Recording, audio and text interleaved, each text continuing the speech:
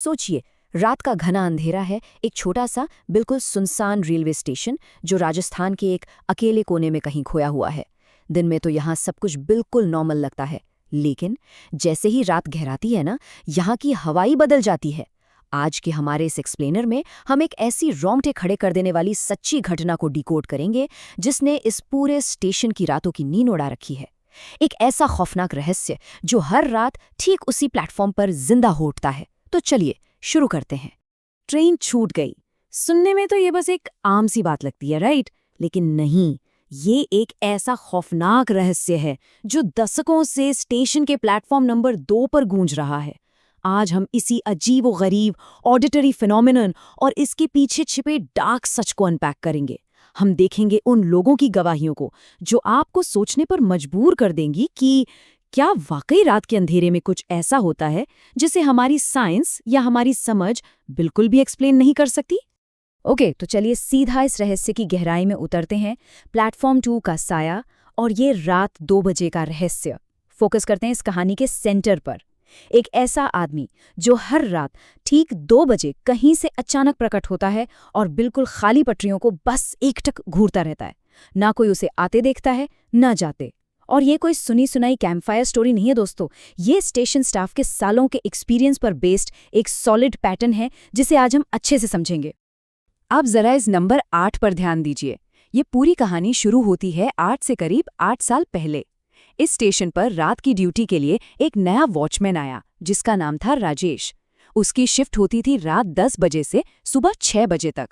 अब आप खुद सोचिए, इस टाइम पर इतने छोटे स्टेशन पर क्या ही भीड़ होगी, कुछ मालगाड़ियां या एक आध कोई लेट नाइट पैसेंजर ट्रेन।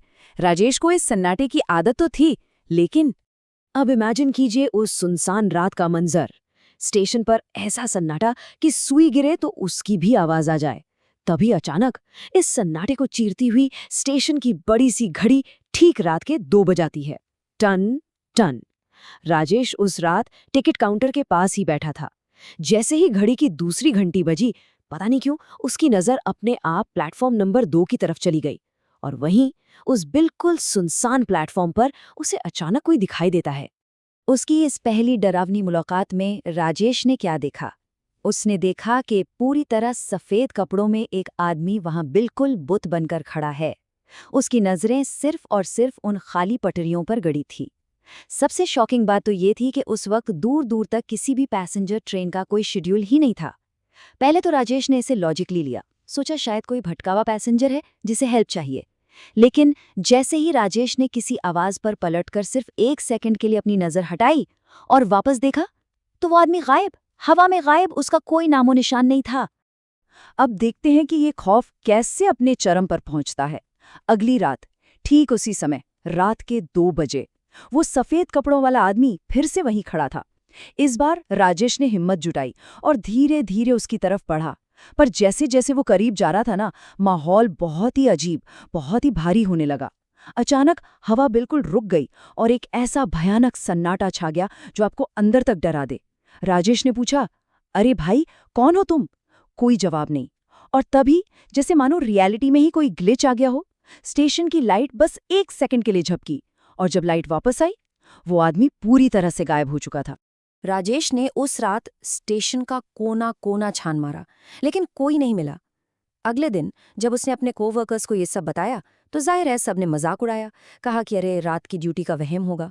लेकिन वहीं एक बूढ़ा चाय वाला भी था जो पिछले 25 सालों से स्टेशन पर काम कर रहा था।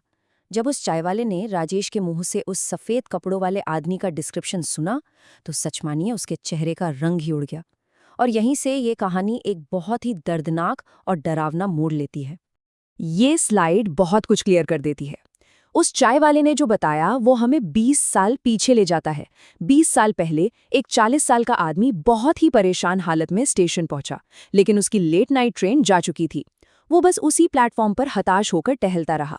और फिर रात ठीक 2 बजे एक बहुत तेज आवाज गूंजी। एक ट्रेन वहां से गुजरी और वो आदमी पटरियों पर गिर गया।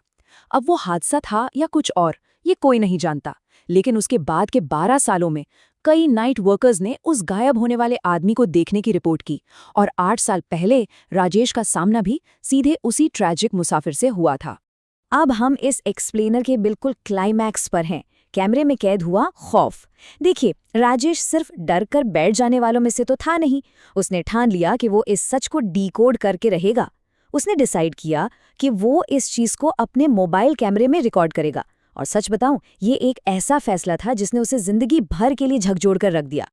जरा उस पल को इमेजिन कीजिए, दिल की धड़कनें तेज कर देने वाला टाइम।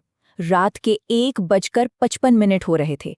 राजेश एक खंबे के पीछे अपना कैमरा ऑन करके छुप गया। ठीक 2 बजे वो साया फिर से प्रकट हुआ। इस बार वो और भी ज्यादा क्लियर था। उसके बिखरे हुए बाल और वो सफेद कपड़े। राजेश ने अपने कांपते हाथों से कैमरा सीधा उस पर फोकस किया, और फिर वो हुआ जो पिछले 20 सालों में कभी नहीं हुआ था। उस एंटिटी ने, उस साई ने धीरे धीरे अपना सिर घुमाया और पहली बार सीधा राजेश की तरफ देखा। अब इस स्लाइड पर जरा गौर कीजिए, क्योंकि ये सबसे ज्यादा डरावना हिस्सा है। राजेश की आंखों ने और उसके कैमरे ने 2 बिल्कुल अलग चीजें देखीं। राजेश ने अपनी आंखों से क्या देखा? एक बेहद थका हुआ पीला चेहरा, जिसकी आंखों में एक भयानक खालीपन था, मानो कोई रूह ही ना हो। वो डर के मारे कांपने लगा, और तभी एक जोरदार हवा का झोंका आया। लेकिन जब उसने अपना रिकॉर्डेड वीडियो चेक किया, मेरे रोंगटे खड़े हो रहे हैं ये बताते हुए, स्क्रीन पर सिर्फ एक खाली प्लेटफॉर्म था। उस सफेद कपड़ों वाले आदमी का जरा सा भी विजुअल सबूत वहां था ही नहीं। Zero evidence. लेकिन रुकिए, कहानी यहाँ खत्म नहीं होती। वीडियो में भले ही कुछ नहीं दिखा, लेकिन उस फोन के माइक ने एक ऐसा ऑडियो कैप्चर किया जिसने राजेश की चीखें निकाल दी। उस खाली प्लेटफॉर्म के वीडियो के बैकग्राउंड में एक बहुत ही हल्की, कांपती हुई और फुसफुसाती हुई आवाज रिकॉर्ड हुई थी। वो आवाज बार बार सिर्फ एक ही बात दोहरा रही थी, ट्रेन छूट गई, ट्रेन छूट गई। जी हाँ, वही आखिरी शब्द, वही अधूरा दर्द जो आज भी उस स्टेशन की हवाओं में तैर रहा है। इस खौफनाक एक्सपीरियंस के बाद जाहिर सी बात है, राजेश ने कभी भी दोबारा रात की शिफ्ट नहीं की। उसने अपनी ड्यूटी तुरंत बदलवा ली। लेकिन क्या वो साया वहां से चला गया? बिल्कुल नहीं। आज भी स्टेशन के जो पुराने और एक्सपीरियंस्ड वर्कर्स हैं, वो ये मानते हैं कि रात 2 बजे प्लेटफॉर्म नंबर 2 पर एक आकृति अपने उसी अधूरे सफर के इंतजार में आज भी खड़ी दिखाई देती है। तो फाइनली ये सब हमें एक बहुत ही अजीब सवाल के साथ छोड़ जाता है। क्या ये सिर्फ थके हुए इंसानी दिमाग का कोई भ्रम था, या फिर वाकई में कुछ ऊर्जाएं, कुछ अधूरे सफर समय के उस 2 बजे वाले लूप में हमेशा के लिए फंस गए हैं? अब जरा अपने आप से पूछिए, क्या आप में इतनी हिम्मत होगी कि उस सुनसान प्लेटफॉर्म पर रात के 2 बजे अकेले खड़े होकर इस सच का सामना कर सके?